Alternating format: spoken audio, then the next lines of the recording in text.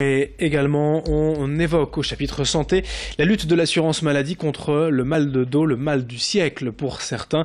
La lombalgie, appelée également lumbago pour certains. 84% des Français sont concernés au moins une fois dans leur vie, hommes et femmes concernés, si bien que les conséquences d'abord physiques sont aussi sociétales, professionnelles, car le mal de dos entraîne souvent un arrêt maladie. 7 personnes sur 10 estiment en effet qu'il faut se reposer en cas de lombalgie. Or, le meilleur moyen de contrer la douleur, c'est tout l'inverse, c'est de bouger, d'être en mouvement.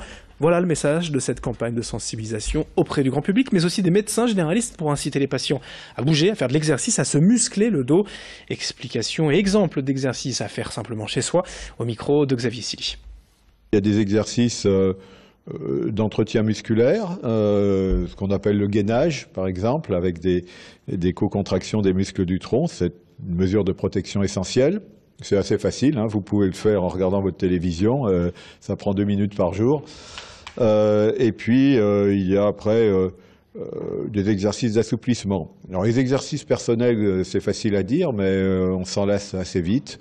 Et donc je conseille aux gens également de fréquenter une salle de sport encadrée par des gens compétents pour s'entretenir, parce qu'il y a un rôle un peu socialisant, ça peut être marqué sur son emploi du temps, et l'observance est meilleure.